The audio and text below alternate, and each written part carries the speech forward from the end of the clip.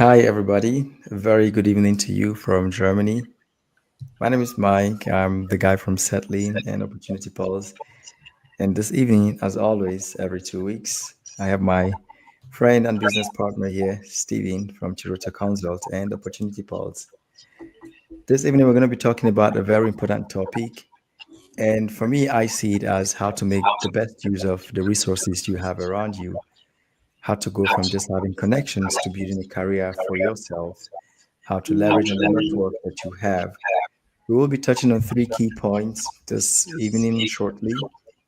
And I do encourage you to pay attention to the end. We will keep it as short as possible, 25 max, 30 minutes. And we're going to be hitting the point right away. What's the goal of today's conversation? It's about, as I mentioned before, making the best out of the resources around you. And what resources are we talking about? The connections that you have to build the career that you want to have.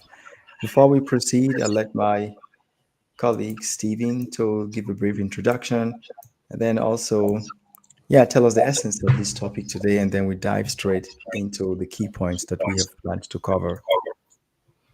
Yeah, thank you so much, Mike. First of all, I apologize to all those who are just following and watching us that my lighting is not perfect, but please focus on the content, not the light. So thank you so much for this wonderful episode once again. I think it's a valuable topic that we're about to discuss, as this probably has had an impact on both of us, but also from the 100%. stories that we hear from many of our friends in our circles. It has had an impact whether they are in a job or outside of the job.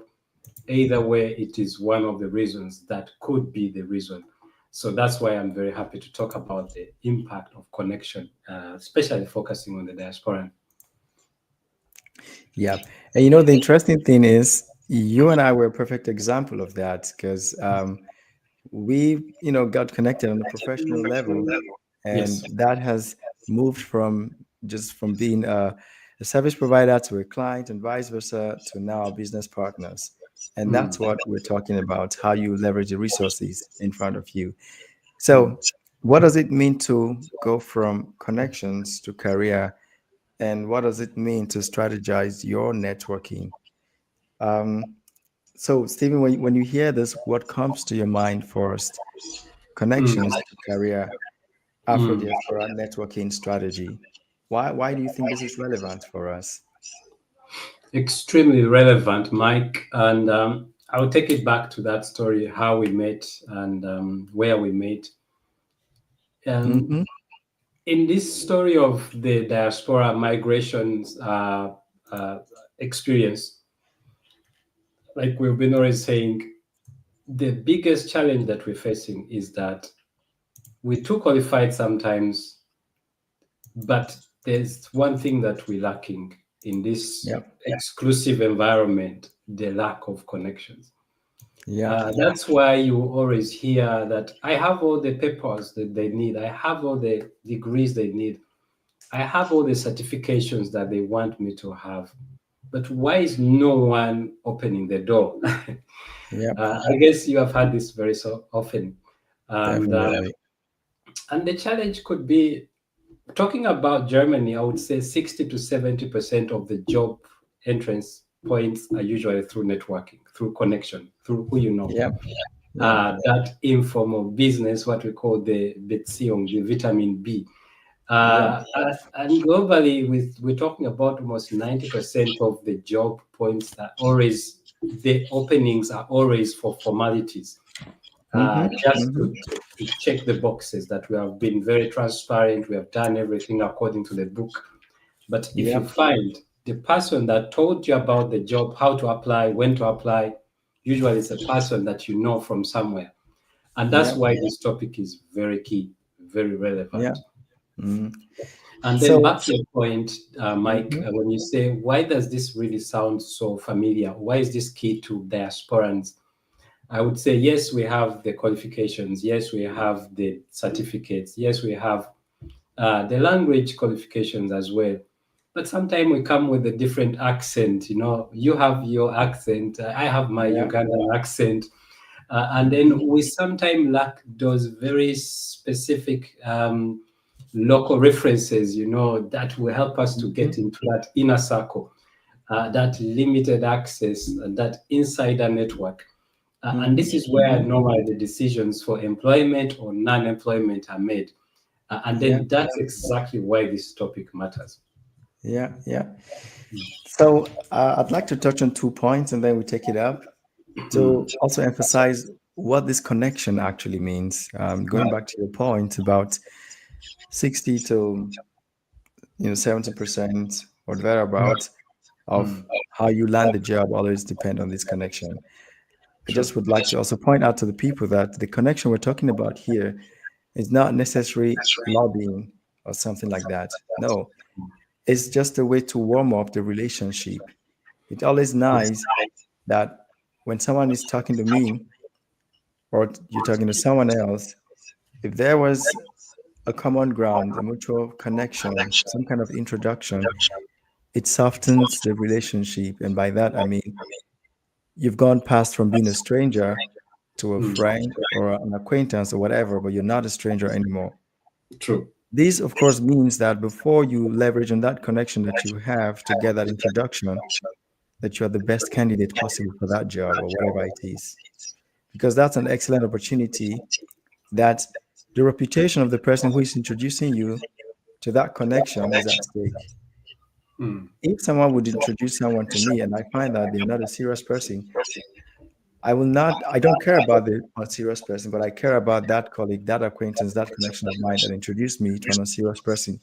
My point being, if you're going to leverage on your connection to build your career, to get introduced to someone, to land that job, to land that business, to land that gig, whatever it might be sure to make the best use of it. And that means prepare yourself, be sure that you're qualified for it, be sure that you have all the necessary requirements. Because it does not mean that if someone introduces you to the other person, then everything is going to go just your way. No, there are mm, still certain things that still have to be preserved. yes. And then, um, if that's the case now, the next thing would also be how do you establish that connection? So let's say, Stephen, for example, there is a candidate or there's some of your connection. I mean, you've referred some people to me for internship before, and True. I can imagine that you've also done that for other opportunities. Mm, What do you look out for when you want to help a connection of yours to begin to build their career? You are a career mentor, you're a career coach, and you've mm, connected people. What do mm. you what do you tell them when you want to make this connection to say, okay, hey, I'm going to refer you to this person? And how do they come to you usually? Because I have some funny examples I'd like to share, but maybe I'd like to hear your story first. So first of all, how they come to me and what do I look into this person before I refer them to another person. So how they come to me usually come through, first of all, because they know as part of my job at Chiroto Concerts and my other career consulting work, I help students, I help professionals to get into jobs or to get into school or into vocational placement. So they come from that point of in that background that Hmm. someone told me about you, or I got to hear about you. I saw you somewhere where you presented, and I'm in need of this, or I've been looking for a job for the last 6 months or 3 months. Can you help me to get me to the right person? Or I'm looking for a Yeah. job in this industry. Where is the best place for me to look for it? Now, before I even forward this person to anyone, of course, the typical questions would be I have a very simple question I always ask: what's your dream? Yeah. And it's a very, very ambiguous question sometimes that makes people a bit feel awkward, or sometimes they don't know, like, in which sense are you asking about my dream? I was like, okay, what you want to achieve? Like, are you looking for a job? What kind of job? What kind of fulfillment should it give you? Or you're looking for a volunteer opportunity, like the people have referred to you. What should it bring at the end of it all after your interaction with this person? Let's say 1 year from now, what should it bring in terms of value? So I'm looking for the value in that what a person is looking for. Now, but before, if I take it another step backwards, before I bring you to this person to you, I want also to be sure that this person is going to be reliable, is trusted. Because, like you said, when someone refers you a person, yes, the person might not be the right one, but also you value the person Mm. who brought that person to you. You don't want to let them down. That's why you give your best. So before I bring Yep. someone to you, I want to be sure that this person is going to bring you value in line with what you're doing. Let's say at Settling, Yep. at Jirasoft, Opportunity Pulse, that the person aligns in those values, but also that the person is reliable and is trusted. Because the worst thing I want to do is to refer someone to you and that Yep. person screws up so badly, and then you say, "Why did you waste my time to refer that person to me, Stephen?"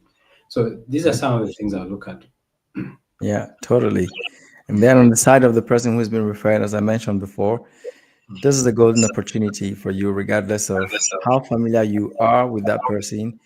Because yes, you know the person who's going to introduce you, but you don't know the person you're going to be introduced to, and that's why the introduction is happening. And one thing I've learned so far, and more especially recently, is just first impression matters. We say it always, it's a common say, but it really does matter. It really Mm, does matter. And um, try to be the best possible version of yourself. It's not about pretending, but just to make sure that you don't get too familiar with the person that you're being introduced to, and then that you stay professional. I guess mm. this leads me now to the next point: how you build a professional network. Because uh, do you hear me? Because I feel like I hear myself. There's this echo, and I'm not sure why that sound is I can coming hear through. you loud and clear, Mike. Yeah, you hear me Mm, loud and clear. Okay, good. Then I want to connect that to how you build a professional network. So maintaining the tone of conversation, the tone and the style of conversation. I find it that within the community, people get too familiar very quickly and they mm, just settle. Maybe because you've seen that you have a similar cultural background as the person, you come from the same country, probably speak the same native language, you just get too familiar. I personally, I do not recommend that. Um, let the familiarity, if at all is going to come at any point, let it evolve naturally. But mm, try to maintain that professional ground on which you were connected to that person. mm, Because when you do that, then you keep the focus on the reason for the connection. Because you were not connected to go have a beer, to have lunch. No, we're talking about building career here. We're talking about you growing your career, whatever that might be, the job, the business, whatever that interests you, but at a professional level. So I think to just connect it back to the qualities that you look out for before you introduce someone, and mm, then that person who's been introduced, um, being prepared, I'd like to also add that you don't get too familiar, regardless of how close you might be culturally mm, or whatever that brings that you guys are similar in, mm, to maintain that professional level across every interaction, the communication, the way you write, if there's an appointment, if there's a meeting, even if you meet physically, just to maintain that professional interaction. And if things are going to get, less formal, fine, but do not be the one to begin to like chip that in. I don't know. What do you think, Stephen? 100%, Mike. That's very, very valid point that you made. Maintaining a professional communication, a professional distance, because the challenge is, especially I would see it in two ways, like where the power relationship is Yeah, this. So you're relating to this person who is very experienced, very busy, very connected, but also has an image somewhere in the society to protect. yeah, Um, so, and also the other aspect to it, beside the power relation, is the gender differences. So, where you have like to relate, or you're mentoring, or you're in a professional relationship with this person who happens to be of a different gender, you don't want to be misunderstood. You don't yeah, want to miscommunicate. You don't yeah, want to be seen as too pushy. You have yeah, just always to read how much is too much, and ask for like keep the boundaries very clear, and most of the time ask for clues. What should be how do you want us to communicate in this professional let's say mentoring relationship, should we stick to emailing? Should we stick to should we call? Is it okay if I call, if I WhatsApp? If yes, what time? So just to keep it as professional as possible and to be sure that you really get the value and don't push that value away from that person. Yeah, I like it that you really mentioned the communication Mm, aspect, because I was going to, the next point I wanted to touch on is the communication media. mm, And I find it that when people, for some reason, find a way to WhatsApp you, mm, it kind of just changes everything. You know, I, for one, I do not recommend it. I do not mm, recommend professional communication via WhatsApp. mm, It's not my preferred channel of communication. WhatsApp for me is mostly for personal communication and not professional communication. And if should it happen for whatever reason, I think people mm, still need to pay attention to the fact that yes, this is happening in WhatsApp, but it does not mean that we're now whatever. That tone of communication should still be maintained. But I mm, genuinely would recommend, it depends on where that introduction happened. If it was a physical interaction, like in the gathering, and you were introduced to the person, then find out what's the best medium of communication, right? Because you are the one who is at the receiving end. So you should ask, what is your preferred means of communication? That is, if the connection happened physically. Then the other mm, person tells you, and regardless of what channel of communication they tell you, try to keep the conversation still professional, the way you mm, write, the tone. And if you're writing via WhatsApp, I don't think the use of emojis is necessary, because you mm, wouldn't be using emojis when you're emailing someone or sending them a LinkedIn message and stuff. And if you would use, I don't know if they are professional emojis to use, but I find it that from my experience, people get a bit too, in a short time, they personal. just Mm, personal, and then start using some funny emojis. yeah. So the preferred, you know, if they tell you their preferred channel of communication, good. If they say WhatsApp, that's okay, but still keep it professional. And if the introduction was done online, then simply maintain that channel of communication until the other person say, okay, hey, can I have your number? Or Yeah. can you WhatsApp me? In most cases, they will tell you if you can WhatsApp them, and it's okay. But do Mm, not but do not abuse it. You may not do it intentionally, but still pay attention to it. And I think I like the point which you mentioned, especially when they're like opposite genders. It's mm, really important that you, whatever your gender is, that you are very that you have your position, and be consistent. I'm not sure how best to say it, but try definitely not to lose the focus, yeah. because you are looking Be for clear something, headed. yeah, and you should be intentional about that. you Yeah. know if it's going to lead to whatever, okay, but be sure that you're not losing the focus, that you're not, you know um I don't know, just losing the focus. That's the best way I can describe it. Yeah. And why am I emphasizing this? Because these are really tiny things that people overlook, and then over time you just wonder why things are not going your way. But the truth is, one, you lost focus, and then Mm, two, the opportunity was presented to you, but you did not yeah. use it as you're supposed to use it, because you did not take it as seriously as you're supposed to. Mm, And and lastly, over time, this now becomes kind of your second nature, and then it doesn't get better at all. Because if you maintained the right form of communication and conversation, if you are intentional and you kept the focus, one connection would lead you to the next, and to the next, and to the next you grab. But if you don't do that, then it's the reverse, so it doesn't get better. mm. Yeah. True. And Mike, the challenge of this, because the downside of our, like, not the downside, but the dilemma we have from the culture that you and I come from, we are very communicative people, right?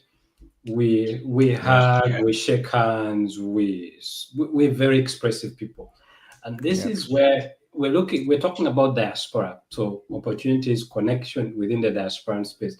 So meaning, Yeah. if I am back home, let's say if I'm in Uganda, it could come as natural conversation, as a natural interaction. But I Hmm. had interactions here with the professor who was my mentor. And of course, you, even as you know this person, even as you've been chatting and writing emails to each other, every time you would meet, you feel like there is always that professional distance.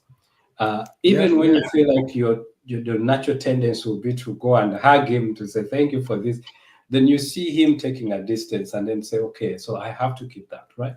So yeah, it is true what you're saying, but I understand from where we come from, we're very expressive people. We are very communicative people verbally. So this is something that we really have to be mindful about, that it somehow comes with the 100%. communication. Yeah. Yeah, yeah, yeah. Hmm. Yeah. So there's an echo from Mike's end. Okay. I got a feedback there's an echo from my end, and I've tried to fix that because I Interesting. I I didn't hear hear that. it. Yeah. Let's see. I suspected that. Mm. Thank you, Ini, for mentioning that. Um, I have to find a way. So this is going to kick me out for us for a moment, but I should fix it. I think it's gonna kick me out for a second, but I'll be back. Okay.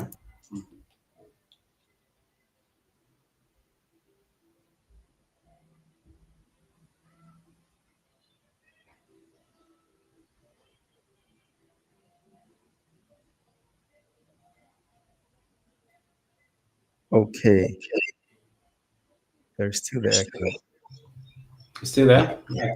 Still there. Interesting. I can't actually hear it. I don't know why. Mm. Yeah, it's it's really bad. Mm. I'm not sure where it's coming from. Is Oh, one of the gadgets audio on? yeah, but that's what I try to turn off. Okay. Yeah. Um, How bad is it for those who are listening? Would it affect the content that they can't even hear you at all? the do. Yeah. Ini, can you say again how bad is the echo? Yeah. Is it bearable? I hear it myself, so that's why I know. So maybe I'll let you do most of the talking. Okay. Yeah. Yeah. All right. Uh, I've been hearing it the whole time, and I wonder how it is for the audience. So, guys, really sorry about today's.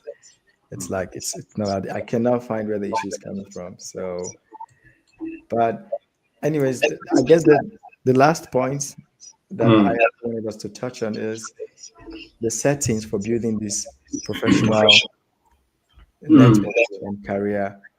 Mm. Okay, Ini said it's a little better. Okay, I'll try to speak less and let Stephen do more of the talk. Mm. Um, what do you think about the gatherings of most Afro diasporans? Mm. When you try to compare the different types of gatherings that they exist, Mm. how do you, what would you say regarding where we spend the most time and how this influences our professional career pathways? You know, Mm. like where we spend our time and how this can help us to truly be intentional about building our career. Well, I think we have in the diaspora space quite a number of very useful meetings that happen monthly or by quarterly or so. Uh, the part I like most is when you have those professional associations or professional meetup groups, like the Africans or the those Africans or diasporans in tech, or those in health, or those in research and science. These are Mhm. very useful gatherings, and I would always encourage those who are looking for jobs or those who are looking at emphasizing the career progression to look out for those kind of meetings. And of course, there are those which you go to for fun, but when it comes to career advancement, they don't really add so much. I wouldn't put them into those career capital meetings. Yeah. But it's important for us to not to feel lonely, not to feel alone, or to feel that cultural connection. But when it comes to professional meetups, I would say look at the one that we had like last time in Hamburg. Yeah. organized by OSAS, the Africans in Germany, Africans in Deutschland. Yeah. Look at those ones that happened, like with the one that you attended recently, or look at those tech meetings. These are very high level professionals who are coming together, yes, from the same or different backgrounds from the African Yeah. perspective, but they always have something in common or something unique they are bringing to the table. And these, I would say, are very, very important meetings that we should always emphasize. Then, besides that, I think you will be coming to that. I would say we also have these outside of our cultural meetings platforms. This could be gatherings that's organized by the embassies. It could be organized by different professional groups. So it could be the Chamber of Commerce and Industry. It could be professional, let's say the engineering or the psychologists or the historian or politicians, people from different political affiliations. These are very important meeting places that you can really meet valuable people, not just to collect business cards, but to meet people that you can really go and later on have a very interesting discussions or interaction when it comes to meeting, finding a job, getting into your first job, or changing to another job. Yeah. Totally. Mm, Totally. Could you touch on, let's say you are fresh in Germany mm, and you meet you are in a cultural gathering with many mm, people that you don't know. mm, How would you approach someone? And although it's a cultural gathering, which is quite mm, common, but mm, you are trying to, you're intentional, you want to build your career, you're looking mm, for a job, you're looking for a business partner. mm, How would you approach a setting like that, especially if you're new and you don't know the person directly? Would mm, it be okay to introduce yourself, say who you are, what you do, and try to mm. find out from the other person? Or how would you go about it in a cultural setting? You're new, you're intentional about building your career. Well, I would approach it always from the angle of I come to you, I want to just to know you. I always have a typical way of introducing myself. Hello, my name is Stephen Bwete. I come from Uganda originally. I am doing ABCD. And I ask maybe what is it that you're doing, or how did you end up in this meeting, or how are you connected to this place? Yep. In this way, I want to find out maybe they're here for the first time, or they're the organizers, or they have some key roles they are playing in this.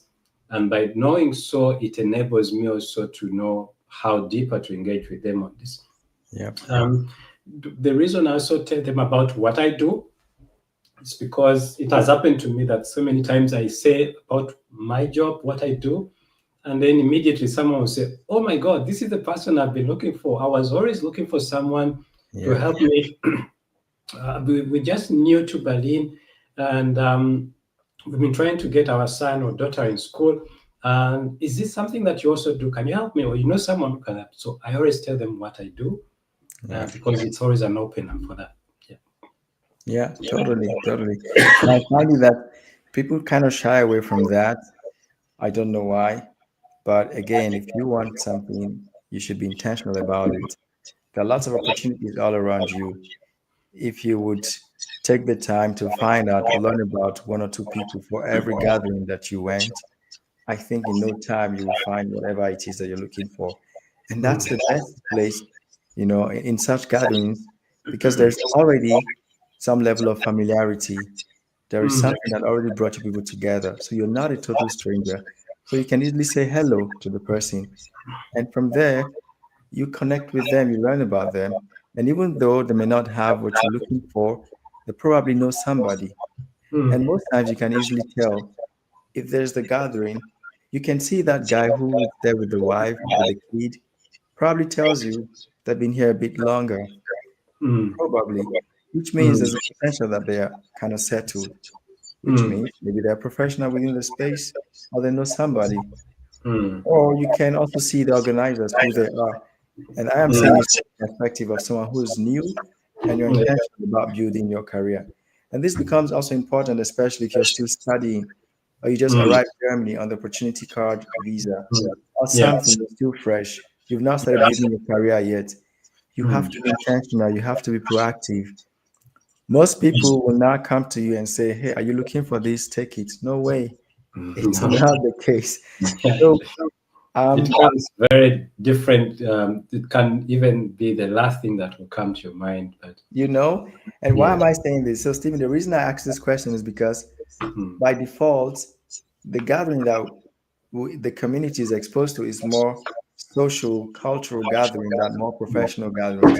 For the Yes. professional gatherings, you have to be intentional about it, get an invitation from someone and Yes. something. But what Mm. comes to you naturally in most cases are those cultural and social gatherings.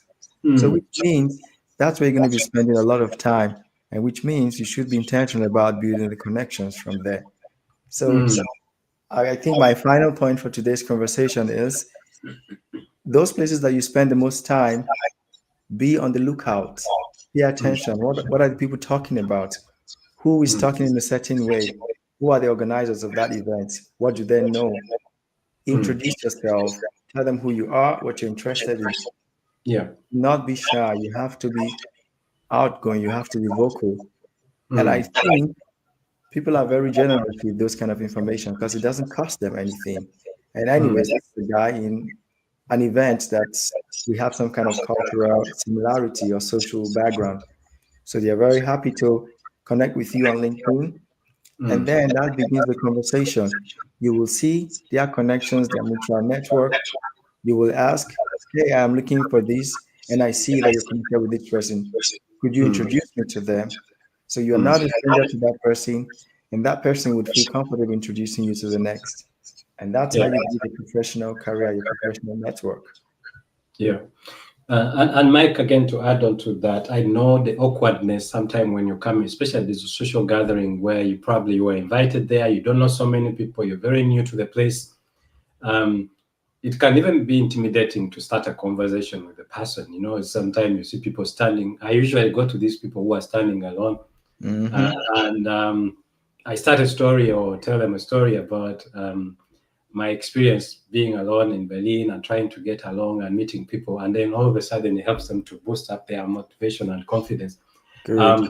Um, but the other point I would like to say, Mike, one thing that turns off a lot is if you get a person comes to you and straight away they go into that needy, demanding, and wanting attitude. I would say personally, if you come to me the first time we got to know each other in this kind of environment, um, try to get to know the person in the first place. 100%. Yes, you might be having this needy situation. You need a job, you need an internship or a placement or something. Um, but try to show interest in that person that you're meeting. Yeah. Um, it has really touched me several times when someone comes or walks up to me and say, "Oh, hi! I've watched you or I've seen you. I've been really your admirer. I've been following your posts of recent, and it's so interesting that we are meeting in this place right now. What was your inspiration? How did you end up doing what you're doing? You know, Yeah. someone showing interest in you, in what you're doing, will light you up as a person. It shows the person appreciates the moment to talk to you, Yeah. and he appreciates your perspective on the things that you care so much about. And Yeah. this is the best way to start. And if that person now gives you the opening to talk to you, at the end, don't feel intimidated to say, how can I remain in connection? Can I connect with you on your LinkedIn? And if Yeah. they open up to you, they give you a chance to communicate. The next thing I always do, I will write maybe a gratitude message. I say, it was really nice meeting you on this day at this event. It was great talking to you, and I would really admire continuing this conversation with you on this particular topic. And then don't stop from there. Keep following up. If you think this person could be your lead into a job, into an internship, into a student, a study place, and something like that. Yeah, totally. Totally. Yeah, thank you for touching on that. Definitely. Because uh, there need to be at least that, um, a bit of the don't come and then the first thing is like, can you help me with this or help me with that? Um, how about we get to know each other first? What Mm. interests you, and totally, definitely. I guess the point is to be proactive, be Mm. outgoing, try to learn about the other person, try to learn about the other people, find out what's their interest, what do they do, Mm. and then build a relationship from there gradually and progressively. Sure. Good. Mm. So our time is up, 35 minutes now already. And I'd like to thank all the people watching from the different channels.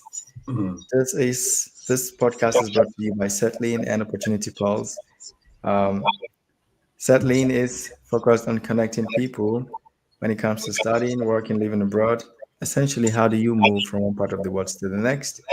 Mm. An Opportunity Pulse is a nonprofit organization co-founded by Stephen and myself, and we're very intentional about what we're doing at Opportunity Pulse, and that is how we connect Afro-Diasporans in Germany to opportunities that exist. We know that these opportunities exist, but sadly, there's always that missing link.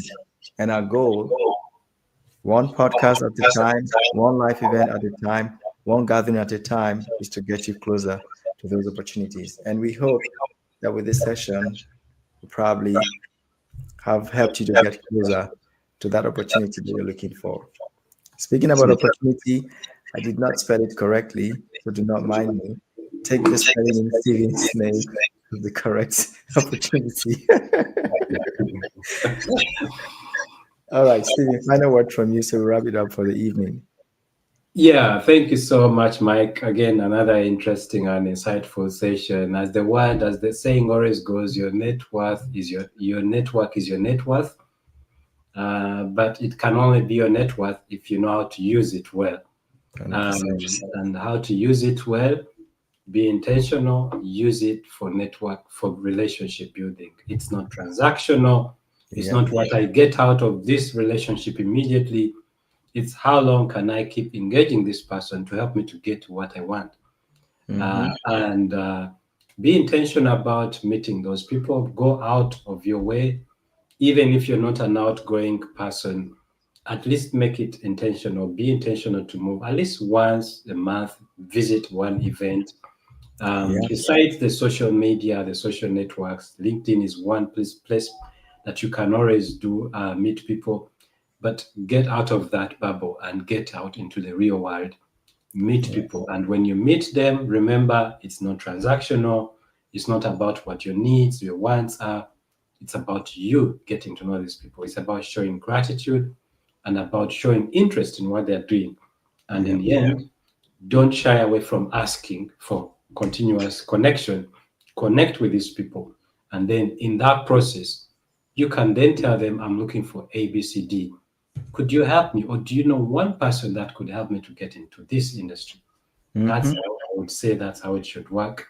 And yeah, I hope that the followers learned something from today.